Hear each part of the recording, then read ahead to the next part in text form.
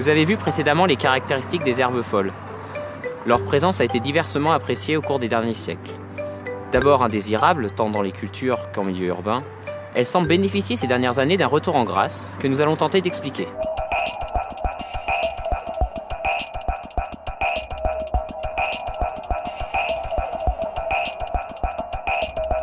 Dans le domaine agronomique, cette perception a été très longtemps négative.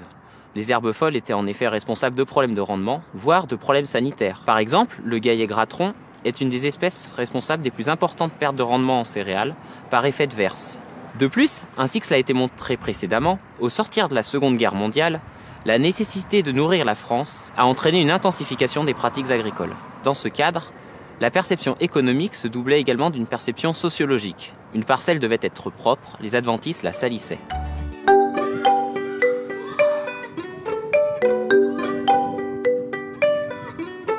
Dans les territoires urbains, la place du végétal a souvent été restreinte aux espaces verts, avec la nécessité d'une nature maîtrisée et artificialisée, souvent gérée de manière intensive.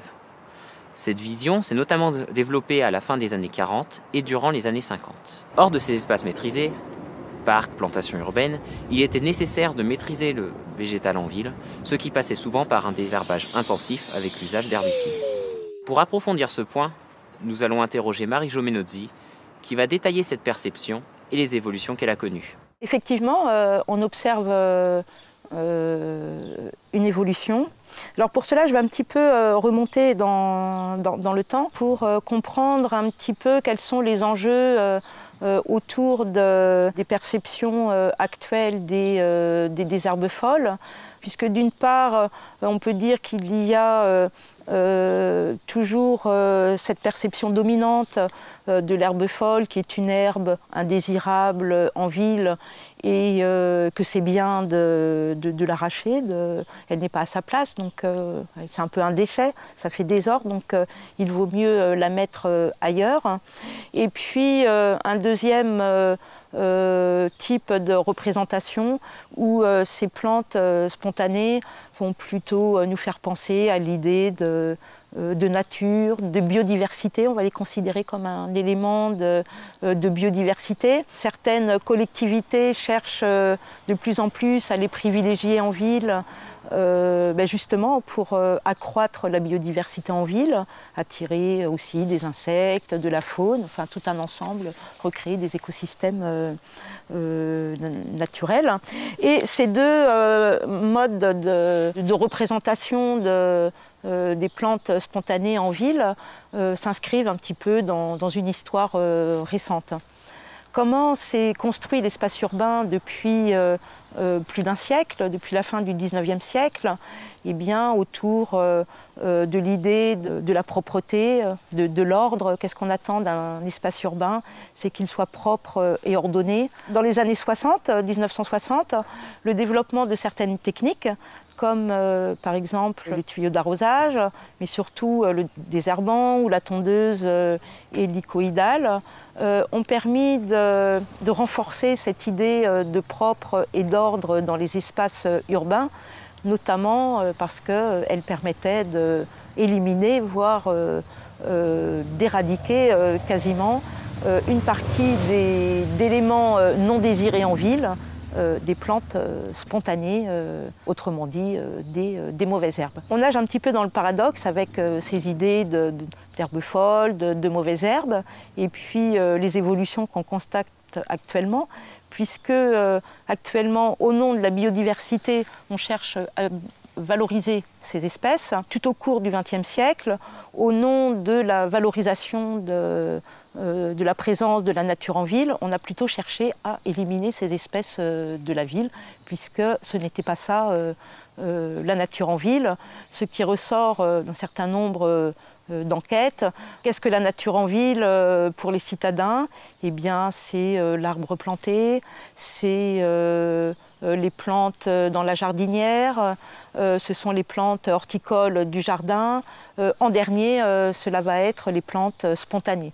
La nature en ville attendue est faite de plantes horticoles, sélectionnées par les humains, plantées par les humains et soumises à la domination, à la maîtrise des humains, ce qui n'est pas du tout le cas de ces fameuses herbes folles, c'est bien pour ça d'ailleurs qu'on les appelle herbes folles. Nous avons vu, grâce à Marie-Jo Menozzi, quelle évolution avait connu la perception du végétal en ville.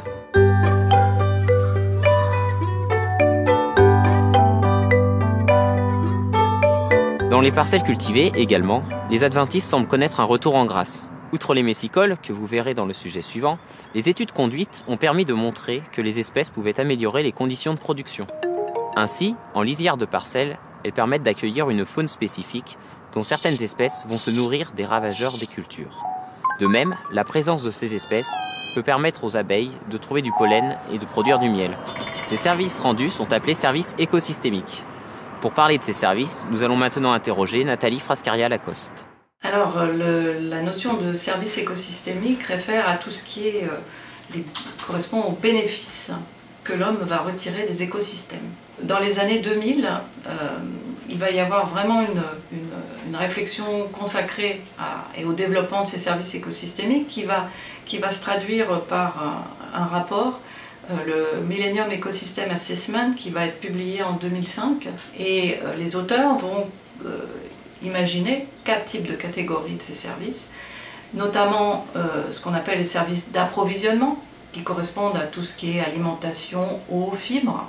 Ils vont aussi imaginer une catégorie qui est la catégorie des services de régulation, en montrant bien l'importance de la biodiversité dans la régulation de la qualité de l'eau, qualité de l'air, dans la fertilité des sols. Il va y avoir aussi une 3e catégorisation autour des services de soutien. Ces services étant ceux qui vont permettre la production de tous les autres.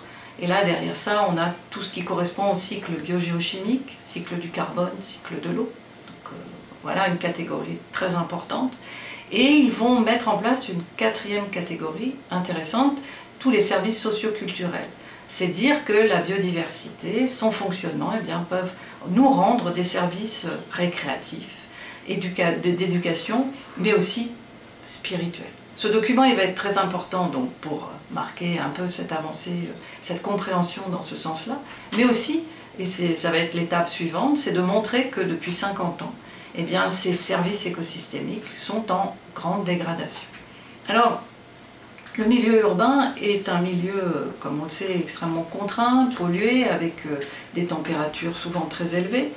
Et en ville, imaginez associer ces villes à une réflexion sur une biodiversité à mettre en place, et donc un fonctionnement de cette biodiversité, permet d'imaginer, justement par rapport aux services que je listais tout à l'heure, eh bien, un grand nombre de bénéfices. Notamment, de plus en plus d'études scientifiques montrent l'importance de la végétation en ville pour tout ce qui est régulation du climat, pour diminuer l'îlot de chaleur. Aussi pour la réduction du bruit.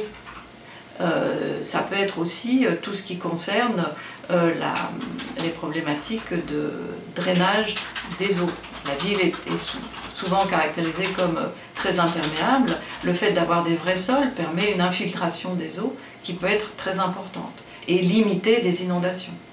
Aussi, ce qui est important comme service en ville, c'est tout ce qui est épuration de l'eau. On sait qu'en ville, l'eau qui va